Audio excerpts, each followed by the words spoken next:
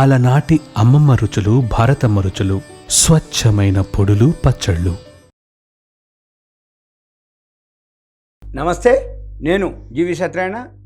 Suman TV ప్రేక్షకులకు నమస్కారాలు. ఈరోజు మీకు ఒక స్ప్లిట్టింగ్ గురించి చెప్తాను. స్ప్లిట్ అంటే విడగొట్టడం, ఒక షేర్ని ఫేస్ వాల్యూని విడగొట్టడం. ఉదాహరణకి మన దగ్గర 500 రూపాయల నోట్లు, 2000 రూపాయల నోట్లు ఉన్నాయి. మనం ఎక్కడికైనా వెళ్ళదలుచుకున్నప్పుడు చేంజ్ కావాలి అంటే ఇది ఆటో కానీ ఇంకేదైనా పేమెంట్ చేయడానికి కానీ, అంటే ఇప్పుడు పేటిఎంలు, గూగుల్ పేలు వచ్చినాయి. కానీ ఒకప్పుడైతే మనం జోబులో పెట్టుకొని పోవాల్సిందే. 100, 50, 20, 10 అలానే స్ప్లిట్ చేయటం అంటే ఇది విడగొట్టడం. అంటే పెద్ద నోట్లను మనం చిన్న నోట్లు ఎలా విడగొడతామో అలానే షేర్ మార్కెట్లో స్ప్లిట్టింగ్ అనే ఒక వర్డ్ ఉంటుంది. ఈ స్ప్లిట్టింగ్ ఏంటిది, టర్మినాలజీ వర్డ్ ఏంటిదంటే విడగొట్టడం. దేన్ని విడగొడతారు? ఫేస్ వాల్యూని విడగొట్టడం. ఈ ఫేస్ వాల్యూని ఎందుకు విడగొట్టాలి, మరి ఎందుకు స్ప్లిట్ చేయాలి? ఆ స్ప్లిట్ అన్నప్పుడే షేర్ ఎందుకు పెరుగుతుంది, ఆ స్ప్లిట్ అన్నప్పుడే ఆ స్క్రిప్ట్లో మూమెంట్స్ ఎందుకు వస్తాయి అనే దానికి సింపుల్గా ఏంటిదంటే ఉదాహరణ, ఈ స్ప్లిట్ అనేది ఏదైతే ఉందో ఎందుకు స్ప్లిట్ చేస్తారు అంటే కంపెనీ యొక్క షేర్ ప్రైసు రోజు రోజు బాగా పెరుగుతూ ఉన్నప్పుడు. ఉదాహరణకి ఎంఆర్ఎఫ్ ఉంది. ఎంఆర్ఎఫ్ ఒకప్పుడు 99,000 చిల్లరకు పోయింది, వేలల్లో ఉంటుంది ఆ షేరు.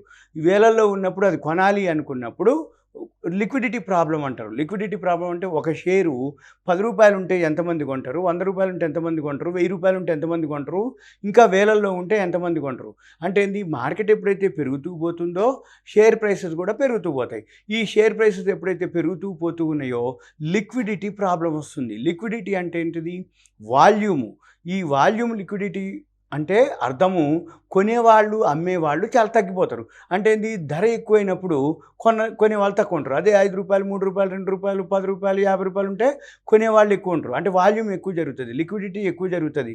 ఉదాహరణకి మన షేర్ ప్రైసెస్ కూడా ఎప్పుడైతే ధరలు పెరుగుతూ అంటే మార్కెట్ పెరుగుతూ వచ్చినప్పుడు షేర్ ప్రైస్ పెరుగుతూ పోతుంది.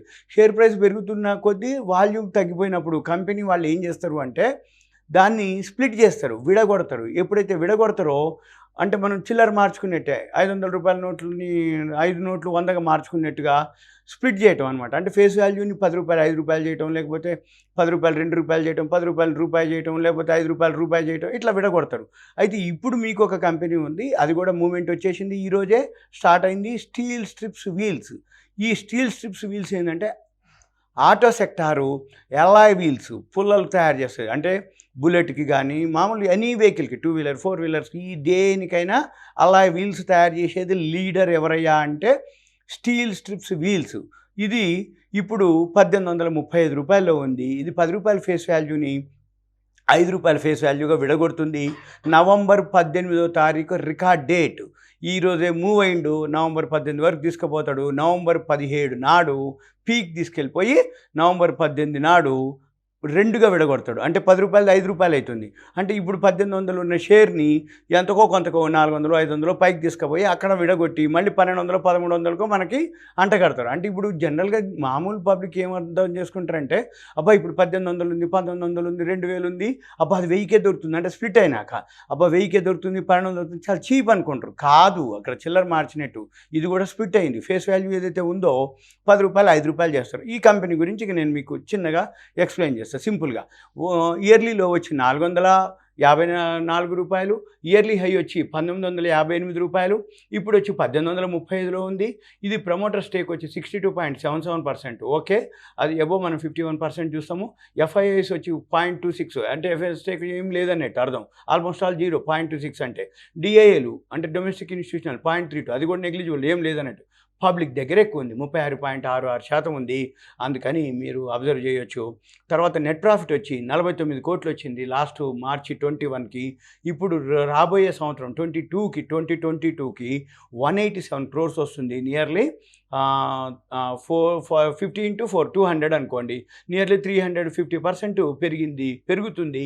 ఫేస్ వాల్యూ 10 రూపాయలు, ఈక్విటీ 16 కోట్లు, రిజర్వులు 845 కోట్లు ఉన్నాయి.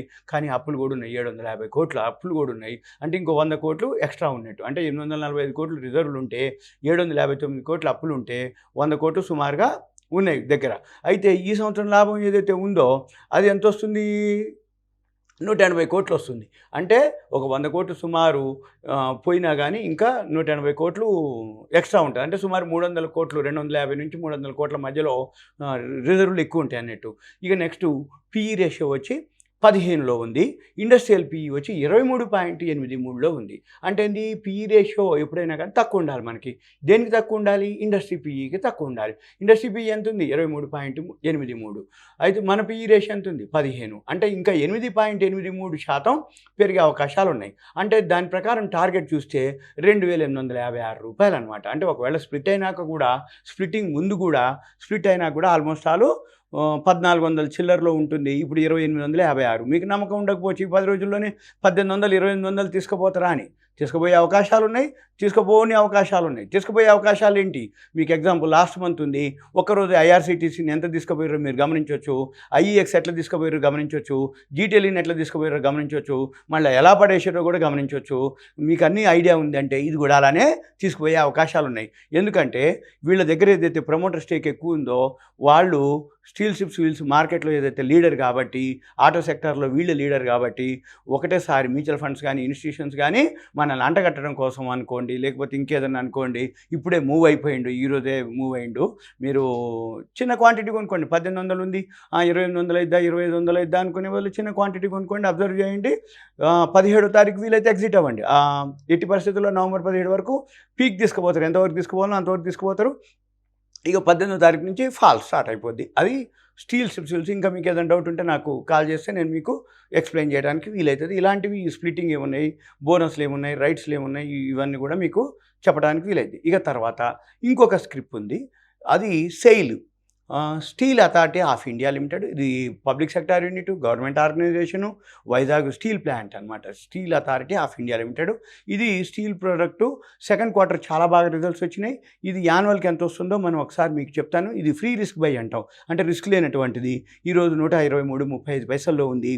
ఇది ఇయర్లీలో వచ్చి 38 రూపాయలే ఇయర్లీలో.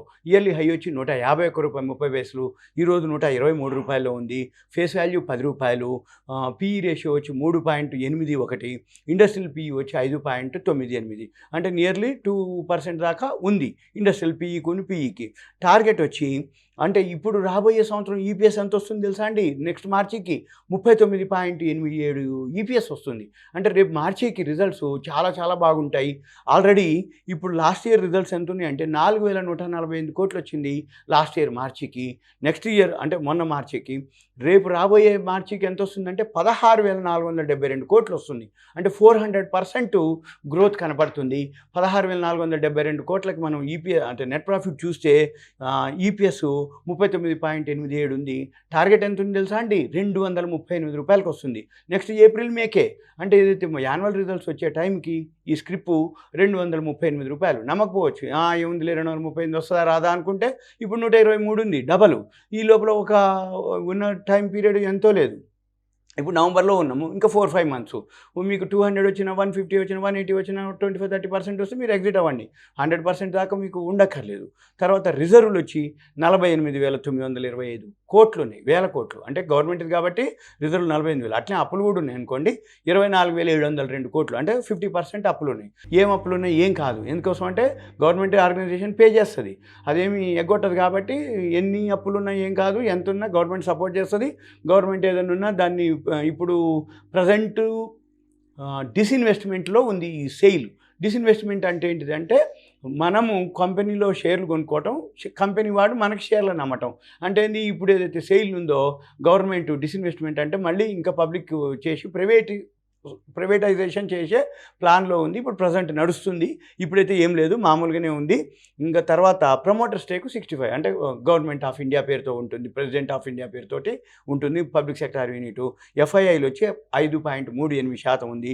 డిఐఏలు డొమెస్టిక్ ఇన్స్టిట్యూషనల్ మ్యూచువల్ ఫండ్స్ వచ్చి 12.46% ఉంది. పబ్లిక్ వచ్చి 17.90లో ఉంది. ఇది ఫ్రీ రిస్క్ బై అంటాము.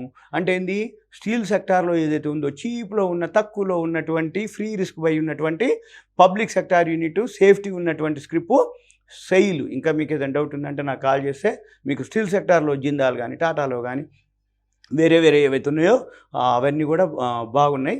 రాబోయే సెక్టార్లు ఇంకా ఇంకా మంచి మంచివి ఉన్నాయి. అంటే రాబోయే సెక్టార్లు ఏమేమి ఉంటాయంటే నెక్స్ట్ ఎలక్ట్రిక్ వెహికల్స్ ఒకటి, పవర్ ఒకటి, ఈ స్టీల్ కంపెనీలే రేపు నెక్స్ట్ డ్రోన్ ఒకటి, ఇవే పర్ఫామ్ చేస్తాయి. కాబట్టి మీకు ఏదైనా డౌట్ ఉంటే నాకు కాల్ చేయొచ్చు.